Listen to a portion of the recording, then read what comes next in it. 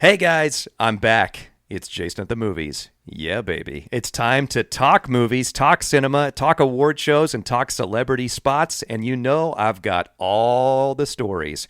We also are going to talk to Dave and Clint. We're going to see when the last time Clint saw a movie was, which was right around 1994. Heyo. We're going to open up that mailbag, and we're going to get a question from Donga. Lights, camera, record.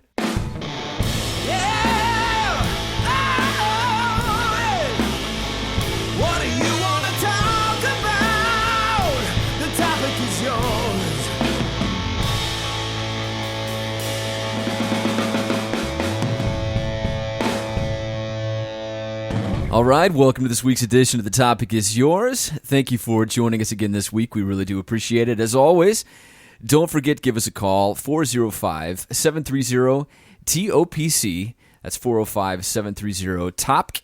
Leave us a voicemail. We'll play it on the air, perhaps. Maybe we'll just make fun of you, without you knowing about it. Either way, give us a call. That's always fun. That's encouraging. That's right. Well, I don't ever hear any of them, actually, so I'm just kidding. Maybe you... Clint, you probably do that. All by myself, just make fun of the listeners. Yeah, maybe. I don't know. I'm just guessing. Anyway, Clint, how you doing, buddy? Doing all right, Dave. How are you today? I'm good. Glad you're here. Hey, listen, that was smooth, wasn't it, Jason? The transitions are spot on tonight, guys. It's just one of those nights. I'm sorry. But, hey, as you can tell, we got Jason at the movies here with us. How about that? Baby. Here I am.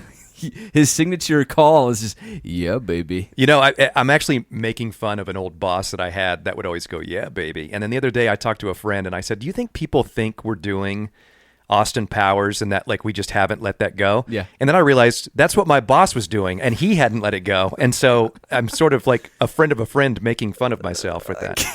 Really dating myself. No, you're not, dude. It works. You should keep it up. Oh, I'm not stopping, Clint. Yeah, Don't worry. It's pretty cool. It's got me this Austin far. Powers is awesome. That was a great movie. It was a good one. We could talk about that one, too, if you want. Let's talk about some other things.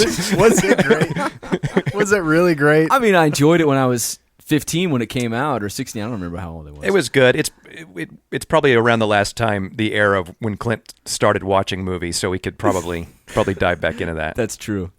Or stopped watching.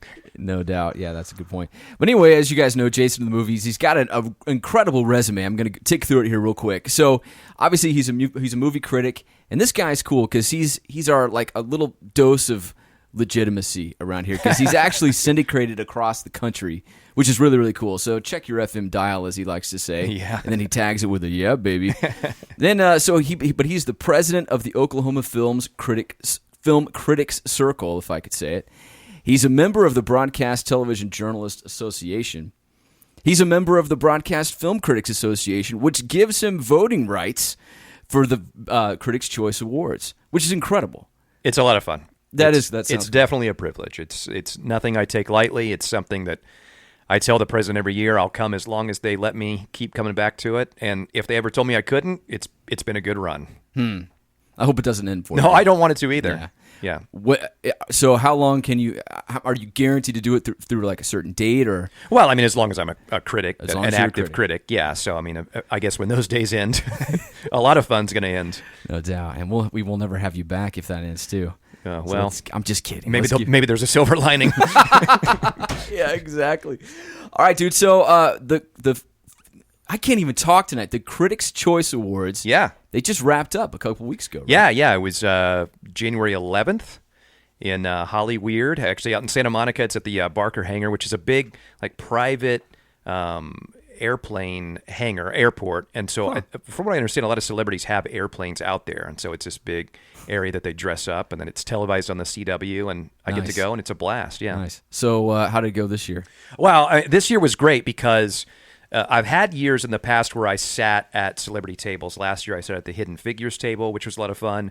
But this year they put me at the Fargo table, which is a show on FX. Oh, that's a good show. Yeah, and it was one of those where I went, oh, I would have never thought about this, but this is amazing. So I go to the table and I sit down and I'm right next to Ewan McGregor, who's Obi-Wan Kenobi from the prequels, and I sit down next to him and I'm just like, and I was wearing a green plaid jacket, tux jacket. Super cool. So I said, I go, hey, if I told you that this was my family's tartan, would you believe me? And he said, sure. And I go, well, it's not. And he goes, I don't know.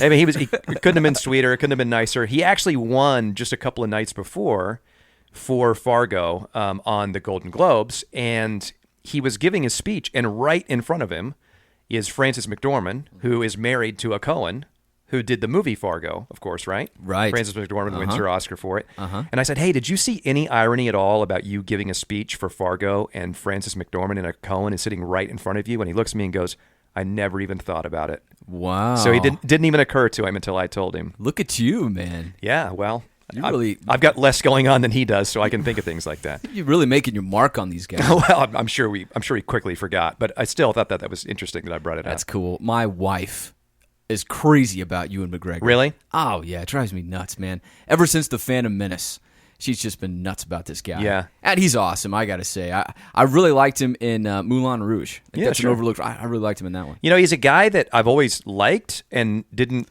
never thought a whole lot of, but... Go ahead. Say what you want to say, Clint. Yeah, go ahead, Clint. Go ahead. He just wants to make fun of you for Moulin That's Rouge. fine. That's fine. I'm a man of distinction and culture. Maybe not. Well, I've got to say he is very handsome in person. Like he has a very, and these movie stars, a lot of them do that. He carries himself in a way where you go, okay, I get it. Yeah, he's got that. He's got that factor, that it factor. Sure. So does Clint.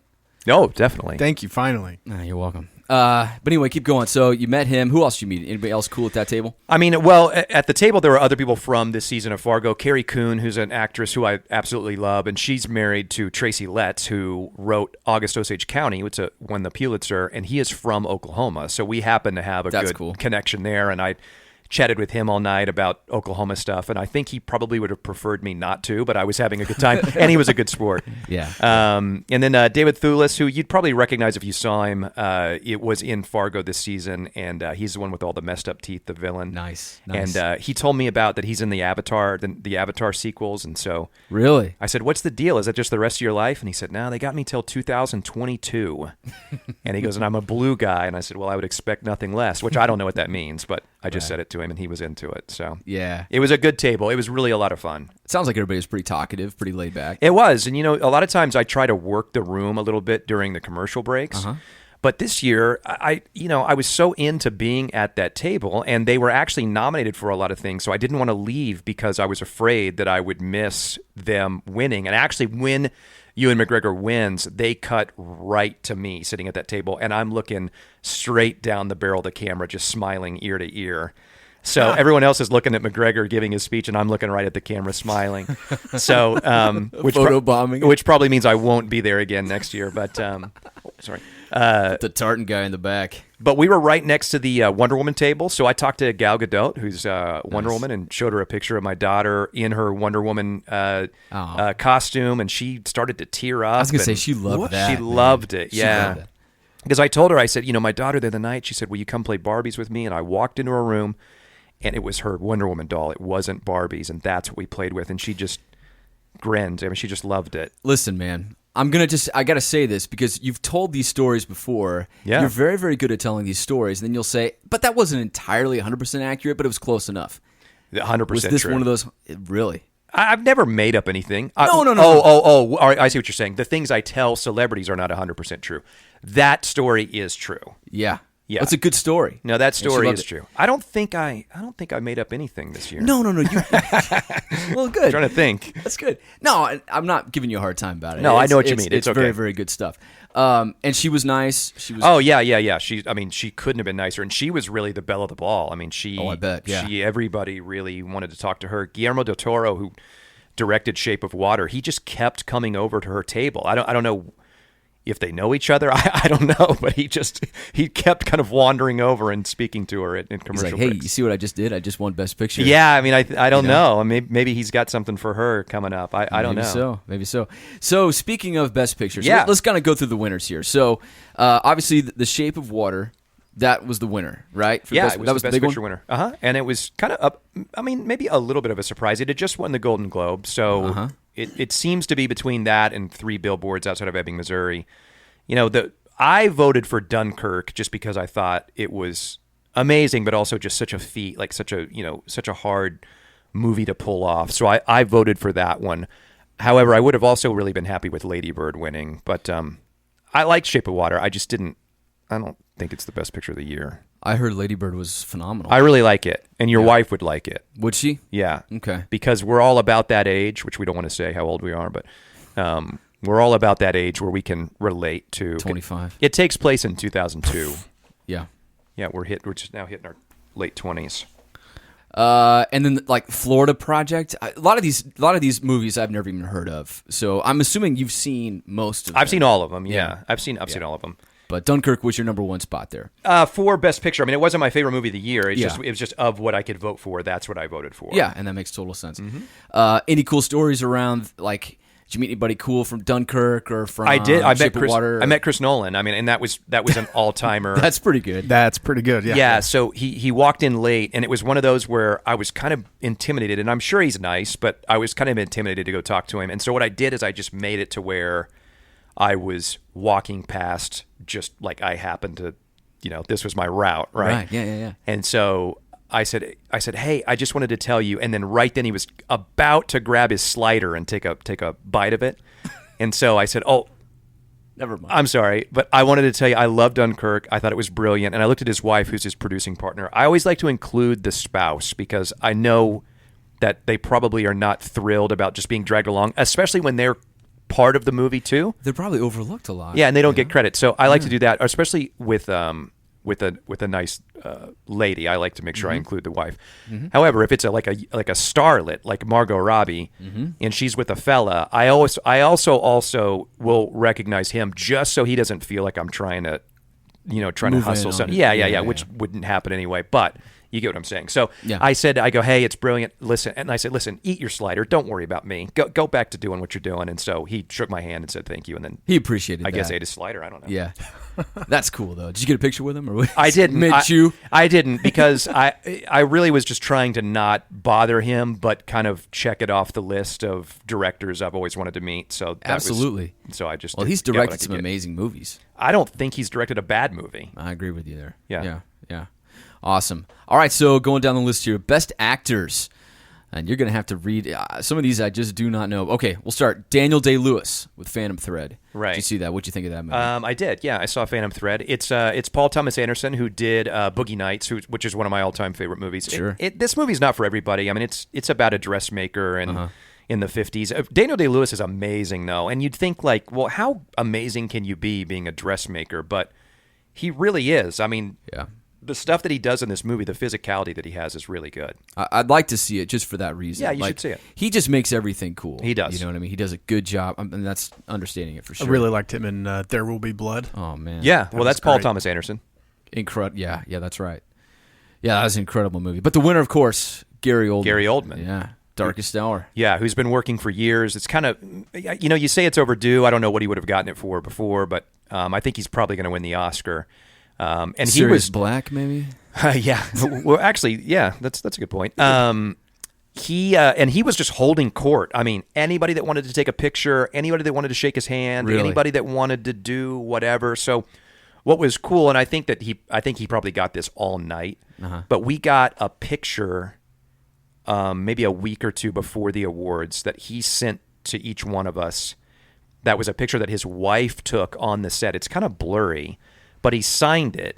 So each one of us got a signed picture from the set of Darkest Hour. That's cool. And then a letter that said, I really look forward to meeting you next week. Thank you for honoring me with the nomination. Here's a picture that my wife took from the set. I wanted to share it with you. And then he signed it. So I think and I said this to him too, but I think everybody probably said, hey, I got your picture. It was beautiful. Thanks so much. And of course his wife was with him. So I said, what a wonderful picture. Thank you for sharing that with us. Yeah. So, I mean, I don't think it was anything unique, but still a cool experience. It's a very cool thing. Yeah, you're one of a few people that have one of those things. So that's pretty probably. Awesome. Yeah, that's pretty awesome for sure. And he seemed like a nice guy. Obviously. He did. Yeah, he seemed very genuine and seemed like he was there for the show. I mean, I think he was working it. Yeah, for sure. Did you get a picture with him? I didn't. I got a picture of me. He actually won Best Actor with the Oklahoma Film Critics Circle, which we had just announced the week before. So what I did was my friend got a picture of me telling him that he had just won Best Actor from the OFCC. which I know means nothing to him, but if I can sort of, relay that information from our group, I think it means a lot to the group. So I wanted to tell him that. Yeah, I think that's really cool. So I don't want to go through all these. It's kind of it's crazy. But I mean, what was your overall take? I mean, are you pretty happy with how it turned out? Did you feel, obviously, were there some snubs? Were you disappointed with the results in any way? Let's get your thoughts. I mean, I will say a lot of the stuff I voted for didn't win. That doesn't mean that I'm disappointed. It just means, what I would prefer to see win. For instance, I mentioned Lady Bird. I think Saoirse Ronan in Lady Bird's probably my favorite performance this year. Yeah. And I talked to her, of all things, she's from Dublin. Of all things, I'd been to Dublin and ate at a fried chicken restaurant and asked her if she had been there.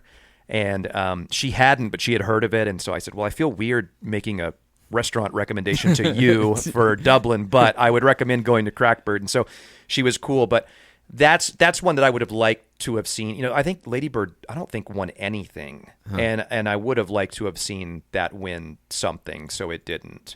Now, I read something or heard something. Lady Bird was the highest rated movie on Rotten Tomatoes. I think it's 100%. Which is, I think, maybe 99. But that's elite category, obviously. It is. It's like that and Toy Story 2 are the two highest, I think, is what it is. All those Toy Stories are really good. Yeah. So what do you think about that, though? I mean, that leads me to my next thought about Rotten Tomatoes. Yeah. I mean, I find myself, whenever I go check out a movie, that's the first place I go because, it's hard to go to the theater. It's not only is expensive, but it's hard to find time to go away and do that. That's why I saw The Darkest Hour, because I thought it looked interesting. I liked the time period. I liked the story. I liked Churchill. And it was like 88%. So I was like, game on. We're going. Yeah, right. It was hilarious. When we showed up, it was empty.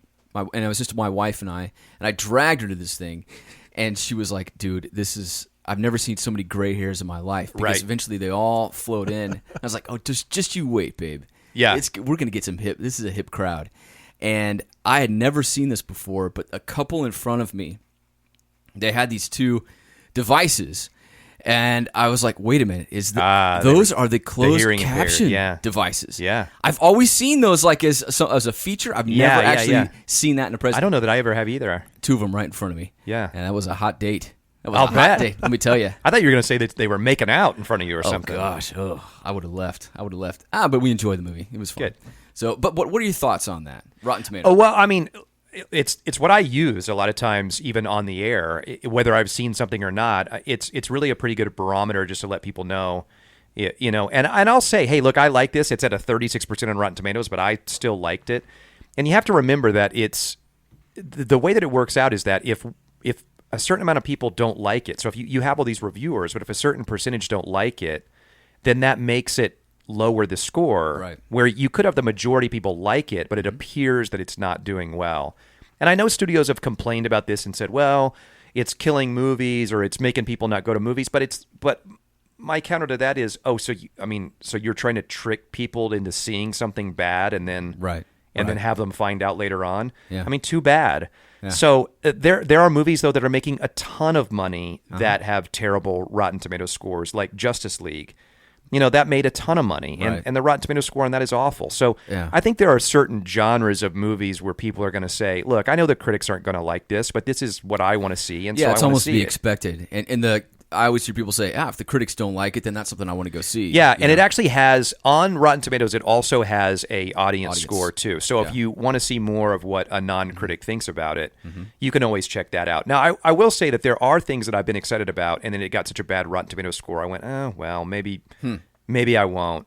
So, I mean, it has talked me out of movies, but I don't think that it was ever wrong in that instance where I went ahead and watched it later on. I was going to ask you if you were then surprised after seeing the movie. Did you ever see any of those movies later on? Like, I'm sure I have. That bad. I can't. I can't think of anything. And sometimes I think we can build it up too much too. If it's getting such praise, you get excited about it. Yeah, there was quite a disparity with The Last Jedi.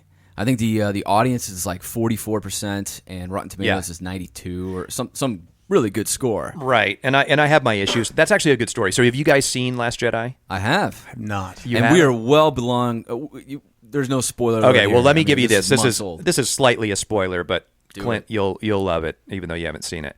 So Laura Dern walks past me. Yeah. Okay. Yeah. And she's very striking. She's never somebody that I've really been She had purple hair? into. No, she's blonde. Oh, okay. Very nice. apparently dating Baron Davis. I don't know who that is. Former NBA player. Oh, great. Gosh, Thank you. You guys need to do some more things. So build a wall of wood. Come on, guys. So I see Laura Dern, and I just stopped, and I said, "Oh, you're gorgeous." And she full body hugs me. She goes, "Oh, that is so sweet." Gives me this just great hug, and I was smitten. I mean, I was taken. I just went, and then I looked at her and I go, "I think you just sent me into hyperspace."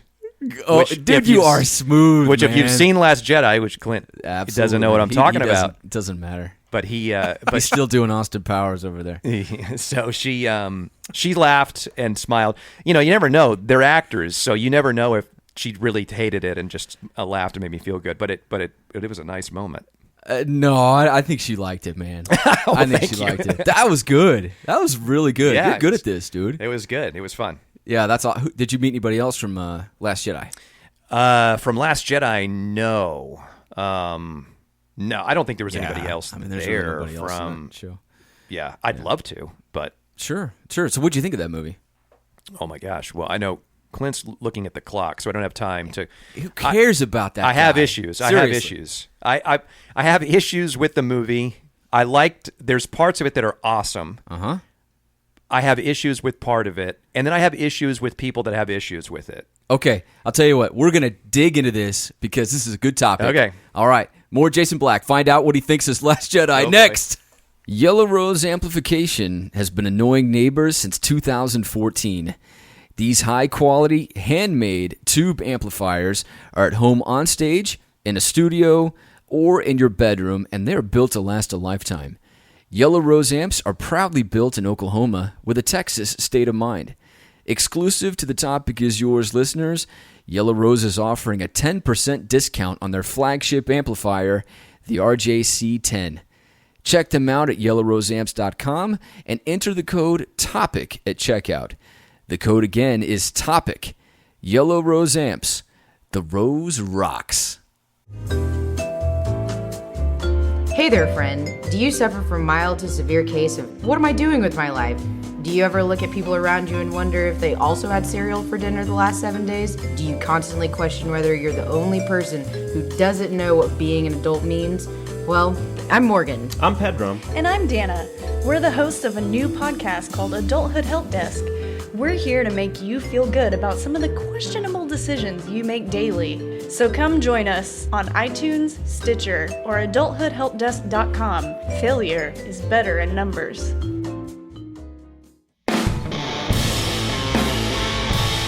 All right, welcome back. Still got Jason the Movies. Yeah. I didn't want to do it. I didn't want to do it Oh, because we were talking about it. I wish you had. Oh, well. Please do it later. Leave them okay? wanting more. Exactly. I'm wanting a whole lot more. Whoa. All right. So we left. You kind of teased us on. Oh, yeah. That's a bad phrase. But we were talking a little bit about Star Wars last We Jedi. were. Let's get into it, man, because you've got several issues. I want you to air them out.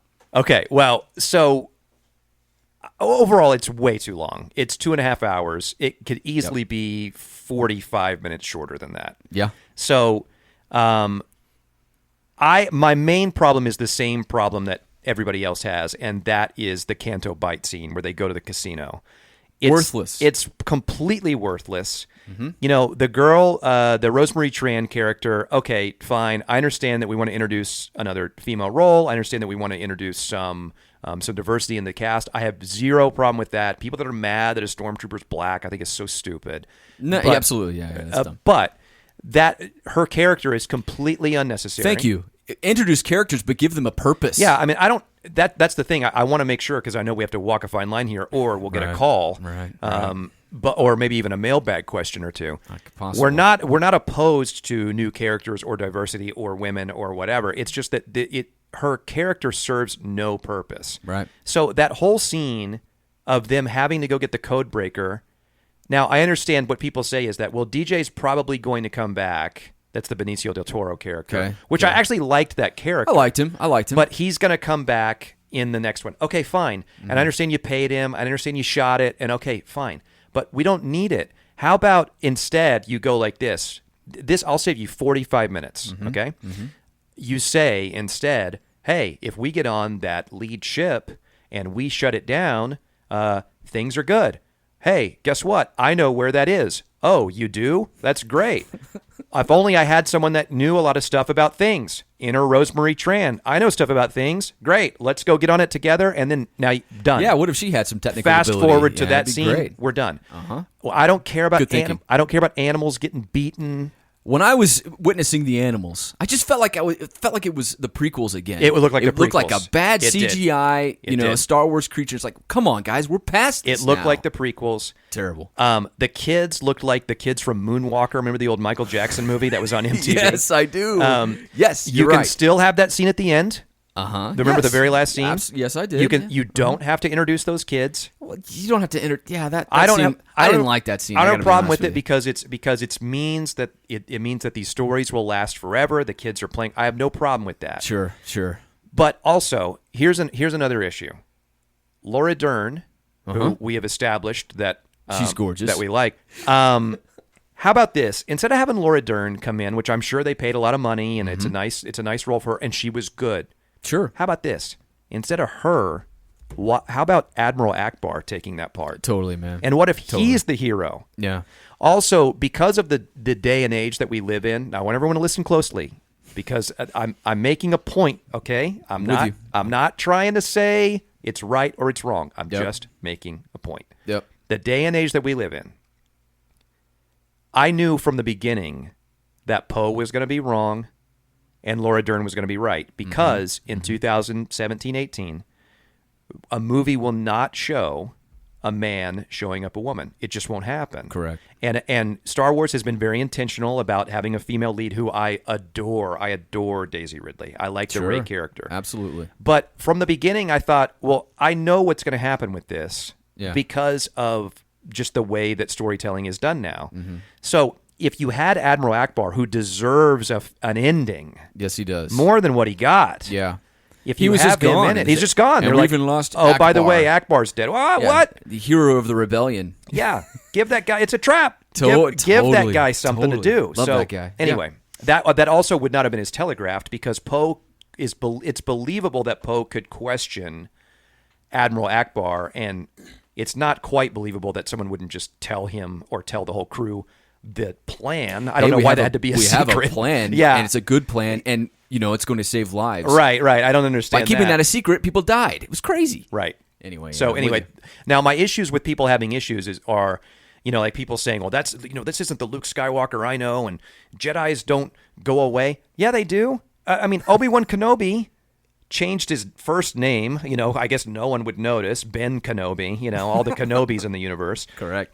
Goes and hides at a planet and just watches the Sand People, the Tusken Raiders, and watches Luke, I guess, from afar and forgets that he ever owned droids. I mean, Yeah. And then what did Yoda do? Yoda went to Dagobah and hid in a swamp in a little hut and ate chocolate bars and had a pet snake. This is what Jedis do. They go and they go on their own and they run away. So it's completely ridiculous that people would be mad. Also, Luke, he has this history of being kind of a child. I mean, that's what he was in A New Hope. And, he's kind of doing that again, pouting in this one. Now, I will say, I think the third act is amazing. I thought the throne room scene was amazing. I thought the whole battle on the salt planet, I'm supposed to know the names of these. I don't know. Beautiful. Amazing. So, I mean, all in all, there are some really, really great parts, but honestly, I was bored with it. Yeah. And I've seen it twice, and and the second time I was like, this is boring. This middle part is boring. You're totally right, dude. So I saw it. I had a work thing, and I got to see it for free, and I was so excited about it. Yeah. And I called my wife as it was done. She's like, "What'd you think?" I was like, it's fine. Yeah. But that was really my assessment. It's like it was fine. I saw it again the next day because I'd bought tickets for the whole family. Okay. And I was like, well, maybe I'll like it better. Maybe, Right. Go in there just lower expectations. I liked it worse. Oh, really? Yeah. I liked it better the second time. I think that's been the consensus for most people I've talked to. I You should have waited more than a day, probably. That I was know bad- it wasn't planned. That was bad but, timing yeah. on me for sure. But anyway, so I'm hoping that it's going to be something like Empire because I think Empire was generally not received as well as the original, but now it's looked back after looking at the trilogy, seeing that's the glue, that's amazing, right, and that's what really propelled everything forward. Yeah, I was too young to know, so I don't know. Yeah, I just checked Rotten Tomatoes, and that's what it told me. Yeah, but anyway, call back. But my point is that hopefully I don't want to just kick this thing when it's down. It's a good movie. I enjoyed it. I just didn't love it. Right. That's all. I'm slightly afraid that they're making it up as they go along. And, sure feels that way, right? And in retrospect, when we look back at the original trilogy, it's clear he was making it up as he says he wasn't, but no, he was. There's no way he had all that planned out. Right. And so I'm a little afraid because of I'm actually happy with, if it turns out to be true, with the answer to who Ray's parents are. I agree with you. I'm happy about that. However, if that is truly the answer, why is there such a setup about it? Exactly. Which makes me think they're making it up as they go along. Well, they've had a lot of writers get fired or changed. They've had a lot of problems, I think, in the production of these movies. Certainly in the next Han Solo movie, there's been a lot of problems. I just think that there are too many cooks in the kitchen in some ways. What do I know? That's just what you hear. When JJ's coming back for the third one, so we'll see. He'll probably bring it back around. It may not be how people like it, but he'll probably bring it back around. Sure. Anyway, everybody go check it out. That's good if you haven't already. But if you haven't, besides all that, go see it. Let's see. What else are we going to talk about? Everybody, we always get feedback when you come on. Everybody's like, I love the celebrity sightings, the stories. Yeah. Do you have anything else for me on that one?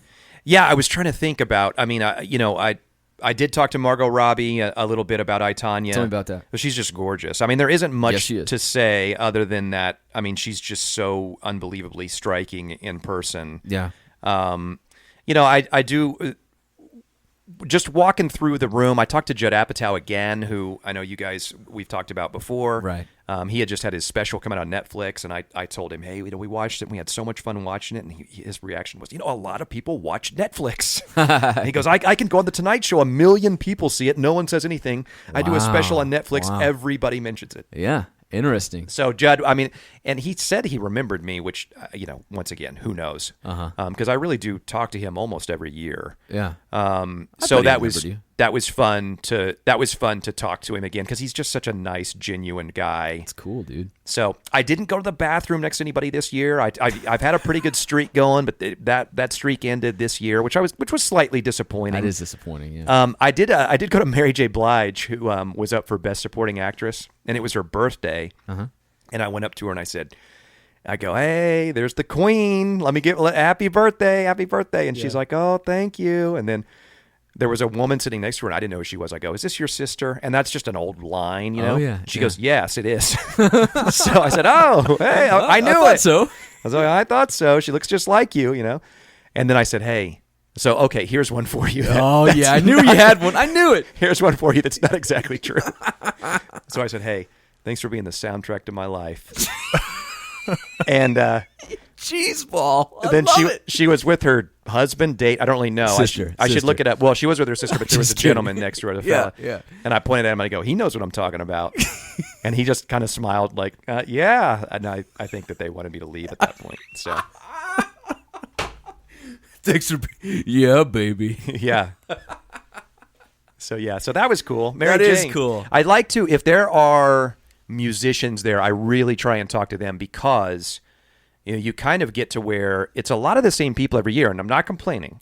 And there are people that you might want to talk to again. Sure. But it's going to be rare that there's going to be a musician there.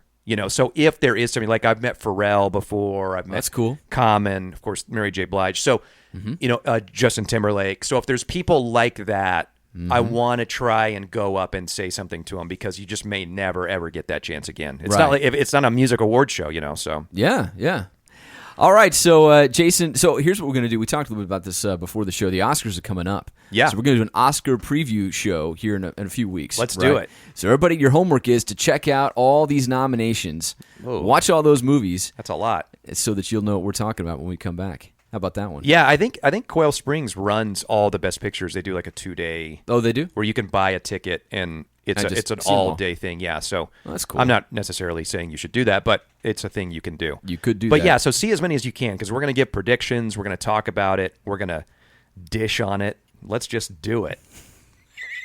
Tune in. We're going to dish. Yeah, baby. It's going to be awesome. Yeah, baby. There we go again. All right, so we're going to go and open up the mailbag.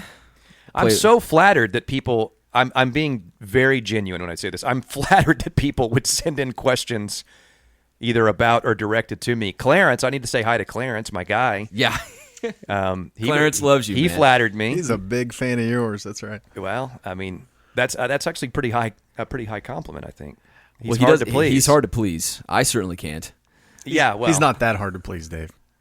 It's just you, man. He's got to get back to his stories. Got it. Yeah. Yep. So we'll open up the mailbag here, and what Jason is alluding to is we've had questions come in specifically for Jason, since he's our movie expert here. We got a lot of good stuff here. So This is where I ruin that for everybody. My answers are the questions. we're okay. So let's see. Here's the first one. It says, "Hey, movie guy, what should I see this year?" And in fact, as you just mentioned, he wants to know your Oscar predictions. Oh, so well, let's hold off on the Oscar predictions just because things can happen between now and then. I mean, I have thoughts, but my favorite movie of the year, honestly, was The Disaster Artist. So this is what I would recommend for people. Oh, was that with James Franco? With James Franco. Yeah. So of course, and that's actually kind of a story too. But so the story behind this movie is there is a movie called The Room, which is known as the worst movie ever made, best worst movie. Right. And so maybe it's on YouTube, maybe it's not. But what I'd recommend you do is go watch The Room, because it is hard to find. You can only watch it. I think you have to buy it. It's not on iTunes. It doesn't Really? stream anywhere. Huh. So you have to buy it, or maybe it's on YouTube, maybe it's not. So Okay. go watch The Room.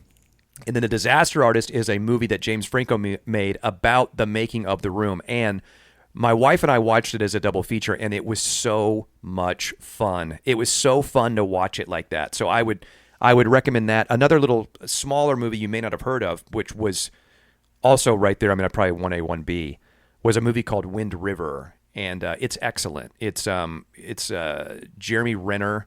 Okay. And it's rated R, but it's got he plays this tracker hunter that's on a reservation, and he finds a body, and she is part of the tribe, and so it gets into some tribal. Yes. I saw a trailer for this. It's and I really was like, good. that looks phenomenal. Excellent movie. And you heard nothing about it. You don't, but it's really good. Cool. Yeah. Nice. So Martin here asks, was The Shape of Water any good? What are your thoughts on The Shape of Water? Yeah, it is good.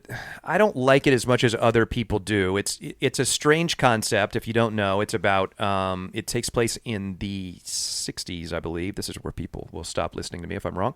I think it takes place in the 60s, and it's in Baltimore, and they have captured this amphibian man from the Amazon, and this woman who is a mute. That is a cleaning lady, starts a relationship with the amphibian man, and it leads from there. So it's a strange premise, and it is that Very strange. strange, yeah. There are people that have issues with it because they say it's bestiality. But Guillermo del Toro just makes beautiful movies. Aesthetically, they just look amazing. I Right. didn't love it. I thought it was good. I think it might win Best Picture, and it's not one that I would say is a Best Picture, but I'm not hating on it, you know what I mean? But I'm also not necessarily rooting for it. Why do you think it's so popular this year? What's driving that? Any Del thoughts? Toro is a really popular director, and sometimes this is his time. Right. And so I think that's one reason. I mean, honestly, people like Kind it. of like the Gary Oldman thing in a way. In a way, yeah. And so, I mean, there is a nice sweetness fantasy to it. Mm-hmm. It just wasn't necessarily for me. Sure. No, that makes sense. That's a good answer. Somewhere Clarence is talking about this being a romantic comedy for Dave. Like Silence. Well, of it the is. I Lambs. mean, it is romantic in an odd way. Clarence, that was Jason, not me. Yeah. Okay? Yeah. Right up Dave's alley. Okay, next question here is from Paul. He says, Jason, what were your thoughts on the recent Blade Runner? He's a big fan of Sicario and Arrival. Okay, yeah, awesome. Cool. So he likes Denis Villeneuve, who is a great director. In fact, that's another one that I don't know has made a bad movie, although Enemy's kind of weird. But Prisoners I really loved.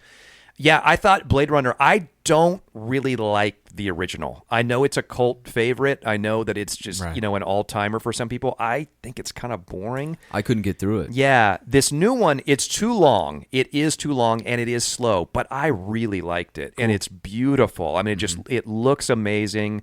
I, of course, really like Ryan Gosling, and I mean, Harrison Ford to me is just an all-timer. I think Gosling's pretty awesome too. Yeah. Yeah. So I don't know that it's for everybody, and that is probably proven by the box office because it didn't really do very well. But I did really like it. That's cool. Yeah, Good deal. Sicario is a good movie. love Sicario. Yeah. That was an Amazon Prime. Okay, so Wind River is I hope I don't get this wrong. Yeah, the guy that wrote and directed Wind River is the guy that wrote Sicario. Sweet. Yeah, and also wrote Hell or High Water, Nice. which was last year. Yeah. Yeah. Awesome. Okay, last question here is actually one that we threw at recent guest James. Oh. But we're going to give this to you as well because it's pretty relevant to your field of expertise here. It says, what do you think about the recent news that Quentin Tarantino may be directing the next Star Trek film? Is Tarantino outdated? Should he be left in the 90s? Is his work relevant? Oh my gosh, who sent this in? It's somebody named Donga. Clarence. Donga. Donga. That's what it says. Yeah, we could lose a letter there based on that question. All right, Donga, listen. No, I mean, first off, I would step over Clint and Dave to get to go talk to Quentin Tarantino. I run, don't walk to anything that Tarantino does. So no, I mean, is he a bit nostalgic? Of course, and does he borrow from older movies? Maybe too much. I mean, people could argue that. I don't feel that way. I adore Tarantino's movies. I can't wait for another Tarantino movie. I'm not a huge Star Trek fan, but if Tarantino wants to make a Star Trek movie, I am 100% in. Now, is it going to be weird? Sure. I mean, what is he going to do with it? I have no idea. But That's why you like Tarantino. I mean, absolutely. He is no way is he stuck in the 90s. Although, I mean, the movies he made in the 90s, Pulp Fiction and Reservoir Dogs, Jackie Brown, whatever. Those are brilliant. But I think his best stuff has been Inglourious Basterds and Django Unchained. So. No, I love the stuff he's doing. I'm actually a little bit more relieved. That question would be more apt if it was, that he was making another bounty hunter movie that takes place with racism in the, during the Civil War era, because he's just done that. He's done that a lot. Yeah. His last two movies have done that. So that would be more of an apt question. But no. I mean, anything Tarantino wants to do, we need to encourage him to do it. I'm with you. That sounds good. I liked the 90s stuff a little bit better than I do the more contemporary. Yeah. But I still really like him. I mean, he's like I said, when I answered the question, I was like, we've never seen a director like Tarantino. So the more of him, the merrier. So what did James say? James just asked the question. Oh, James. James. Oh, my bad. No, Donga asked the question. My bad. Donga. It was Donga's question. I don't recall. James. I think James was indifferent. I think he was like, I don't really care about Tarantino, and I don't really care about Star Wars or Star Trek. Yeah, I think that's what and that's a fair answer, because I'm sure that there's plenty of people within that Venn diagram. Yeah. But as I said, I adore Tarantino, so I want him to make as much as he wants to make. Yeah, totally. What else you got, Clint? Any other questions? No, that's it. Man, closing up the old mailbag, knocked it out. Those were all of them for you, man. You did good, man. Oh yeah, no problem. Thank you. All right. Jason, thanks a lot for being here, Yeah, man. it was fun. As It's always always, fun, guys. It's a blast. So Dave's got 3 different drinks in front of him, so this is always fun. Yeah. Watch Dave. I'd say 3-fist him if that's possible. just guzzle. I got a little bit of everything. Yeah. It's all good, though. All right, so we're looking forward to seeing you back here in a few weeks. You got it. I know the audience is too. So until next week, this is Clint, Dave, Jason. Have a good one. Yeah, baby.